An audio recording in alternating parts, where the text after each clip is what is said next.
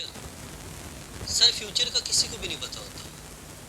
Future में क्या होगा किसी को भी नहीं पता होता। गूगल की हिस्ट्री पता है? गूगल अपने आप को बेचने को तैयार था $5 बिलियन में याहू। तो याहू ने मना कर दिया था। $5 बिलियन में 2001 में गूगल अपने आप को बेचने को तैयार था याहू। याहू ने कहा मैं सिर्फ $3 बिलियन दूंगा। तो गूगल ने कहा $5 बिलियन दें और सारी की सारी कंपनी ले जाए। तो आज याहू किधर है? बंद हो चुका है ना। और गूगल $800 बिलियन की कंपनी बन चुकी है। क्या उस वक्त गूगल के मालिक को पता था मैं जो अपनी कंपनी $5 बिलियन में बेच रहा हूँ याहू को, जो उस वक्त बड़ी कंपनी थी, वो बंद हो जाएगी? नहीं पता था। और अगर याहू के मालिक को पता होता अभी गूगल इतनी बड़ी कंपनी बन जाएगी, वो 5 क्या $10 बिलियन भी दे देता। इसी तरह फ्यूचर का नहीं पता होता किसको।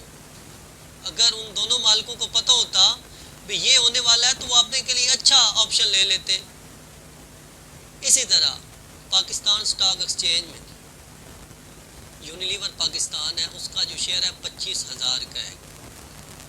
तो सन 2000 में उसकी जो शेयर की वैल्यू थी वो सिर्फ 20 रुपये थी।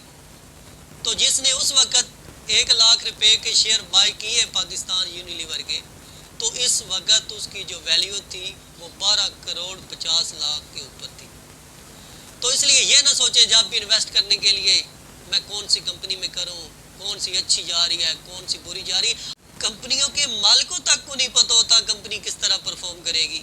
अगर यूनिलीवर पाकिस्तान का जो ओनर है उसको पता चल जाए भी मैंने 1 लाख इन्वेस्ट करना और 20 साल बाद वो 12 करोड़ से ऊपर हो जाना है, तो वो आप और मुझको क्यों शेयर देगा आपने?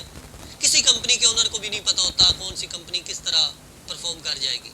तो आप सादा सी मिसाल है, आप जो भी चीज़ें यूज़ करते हो रोज़मर्रा, तो आप उसके शेयर ले सकते हैं। आपको लगता है ये कंपनी अच्छी प्रोडक्ट बना रही है और ये आगे जाके अच्छा परफॉर्म करेगी, तो आप उसके शेयर बाय करते जाओ।